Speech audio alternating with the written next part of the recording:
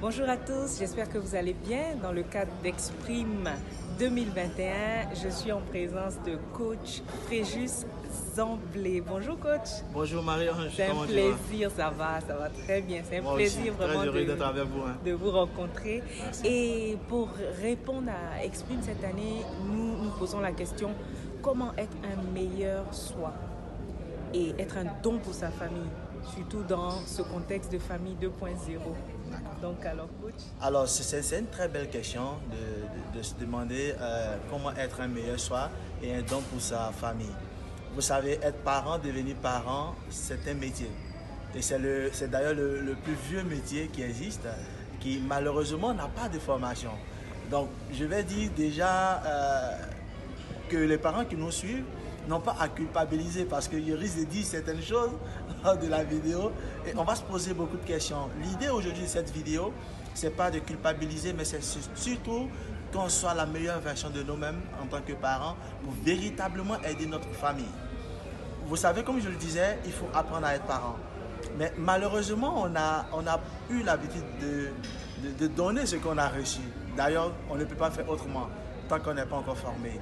Donc pour le moment, on donne ce qu'on a et malheureusement, aujourd'hui, nous sommes au 21e siècle.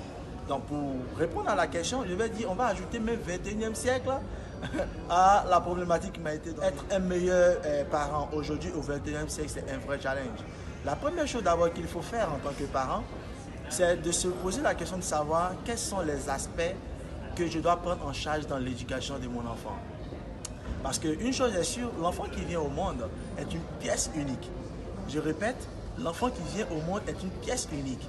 Il vient pour réaliser lui son projet. Et donc nous, notre rôle en tant que parents, pour véritablement faire notre part en tant que parents, c'est de savoir alors quel est son besoin. Parce que l'idée, notre rôle, c'est de l'accompagner dans l'accomplissement de lui, ses projets. Et donc, quel est son besoin? Quels sont les outils que je dois lui donner afin de le rendre autonome, responsable, etc. Donc déjà, quand on se pose la question, bien entendu, le cerveau va se mettre à nous donner des pistes de solutions. Et la première piste de solution que le cerveau va nous donner, c'est donc comment je vais lui transmettre toutes ces valeurs-là. On parlera de communication positive. Donc la communication positive, elle n'est rien d'autre que la capacité qu'a le parent de comprendre son enfant, de l'accepter tel qu'il est et de pouvoir l'écouter. Vous remarquez avec moi que très souvent, lorsqu'on a entre parenthèses des griffes avec nos enfants, dès qu'ils commencent à parler, on est énervé. On se dit non mais je ne m'embête pas, etc. Mais ça c'est dû au fait que on pense que notre enfant aurait dû être une autre personne. Je répète, ce sont des pièces uniques. Donc il faut déjà l'accepter tel qu'il est. Il faut comprendre qu'il a des besoins et en ce moment-là, on sera plus prompt à pouvoir l'écouter. La deuxième chose à faire, c'est de comprendre même les basiques de la parentalité. Vous savez, aujourd'hui, malheureusement, les publicités, la télévision, l'environnement, fait qu'on perd souvent un peu pied auprès de nos enfants. Donc, soit on est pressé, parce qu'aujourd'hui, la publicité nous montre que, écoute, dès que tu as besoin de quelque chose, tu peux l'avoir. En parenthèse, quand on regarde la publicité de Coca-Cola, qui nous montre que dès que tu as soif, tu dois boire Coca-Cola. N'est-ce pas? Donc ça a façonné notre manière de voir les choses. Du coup, on est attentiste. On est pressé que nos enfants aient du résultat. Donc, ça, c'est un principe de la parentalité qu'il faut comprendre. Nos enfants ont leur rythme de développement. Ils ne sont pas comparés à X ou Y. Je répète, ce sont des pièces uniques. Donc, d'abord, le premier point qu'il faut prendre dans la parentalité positive, c'est d'accepter l'enfant tel qu'il est, de respecter son rythme de développement. Et souvent, quand on a beaucoup d'enfants, on a tendance à comparer. Et on se rend compte que quand on commence à comparer, généralement, l'enfant se sent frustré. Il y a une insatisfaction même au niveau des enfants, il y a une compétition, il y a beaucoup de choses. Une compétition.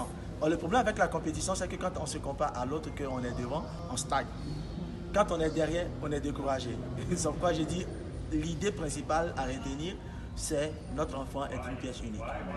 La deuxième chose qu'il faut savoir dans la parentalité positive, on est tous dans la parentalité positive, c'est qu'aujourd'hui, le meilleur moyen d'influencer quelqu'un, c'est de lui montrer l'exemple. Donc, aujourd'hui, on veut être un meilleur don de soi, on veut être un meilleur parent pour notre famille, pour nos enfants. Est-ce que nous donnons l'exemple? Alors, Marie, souvent ça m'étonne, ça me fait mal de voir des parents au feu rouge ils ont l'enfant avec eux dans la voiture et puis ils grillent le feu. Oui.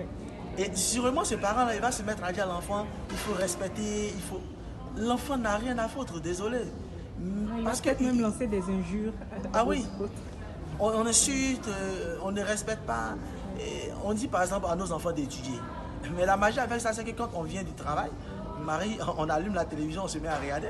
Et puis on dit à l'enfant, mais toi, tu dois étudier. Hein. Mais Marie-Ange, dis-moi, l'enfant, il était où toute la journée? Il était à l'école. Il était à l'école, il était au travail. Oui, oui, Donc, oui. Certainement, Sorte, oui. nous sommes en train de lui dire qu'en fait, un moment de la vie, il faut arrêter d'apprendre. Ouais. Et que quand on vient du travail, il faut faut regarder la télévision. oui. Lui, il est au travail, donc il ne sera pas concentré sur les études. Le deuxième point de la parentalité positive à prendre en compte, c'est est-ce que nous-mêmes, nous sommes des modèles pour nos enfants. C'est ainsi qu'on pourra les influencer. Donc si on demande à l'enfant d'aimer lire, il faut que nous-mêmes, l'enfant, nous voit en train de lire. Si on demande à l'enfant de respecter, l'enfant doit pouvoir nous voir dans les actes, dans les paroles, en train de respecter les personnes qui nous entourent. La dernière chose que je vais partager, parce que c'est que là, en ce moment, tu as pas mal de questions à me poser. La dernière chose, c'est est-ce que nous voulons réaliser notre projet en nos enfants? Alors là, c'est difficile. C'est difficile parce que beaucoup de parents aujourd'hui veulent réaliser ce qu'eux n'ont pas pu réaliser dans leur vie à travers leurs enfants. Du coup, on a un conditionnement assez difficile qu'on leur donne. Et ça crée des frustrations, ça crée des palabres entre parents et enfants. Je disais tout à l'heure, l'enfant est une pièce unique. Il vient pour réaliser un projet professionnel. Notre boulot, c'est de l'accompagner à réaliser son projet. Donc quand l'enfant il comprend que ses choix sont respectés, quand il comprend qu'il a la parole, quand il comprend qu'il a une décision à prendre, bien entendu, il est en harmonie avec le parent parce qu'il comprend que le parent, bien entendu, a déjà vu d'autres choses et que celui-ci est prêt à l'accompagner. Mais l'enfant refuse, bien entendu, qu'on lui donne des conseils lorsque ses avis ne sont pas pris en compte. Parce que pour nous, il doit être médecin et donc il y a certaines choses qu'il doit faire, il y a certaines choses qu'il ne doit pas faire. Donc je pense que ce sont ces trois points-là. Donc je résume. On a vu qu'il fallait avoir une communication positive avec l'enfant. Et parlant de parentalité, connaître les bases de la parentalité. On a vu qu'il fallait respecter le rythme de développement de l'enfant. On a vu qu'il fallait être nous-mêmes l'exemple. On a vu aussi que l'enfant est une pièce unique. Et étant pièce unique, il a son objectif professionnel à réaliser. Donc nous, notre boulot, c'est de l'accompagner, mais pas de réaliser notre projet à travers nos enfants.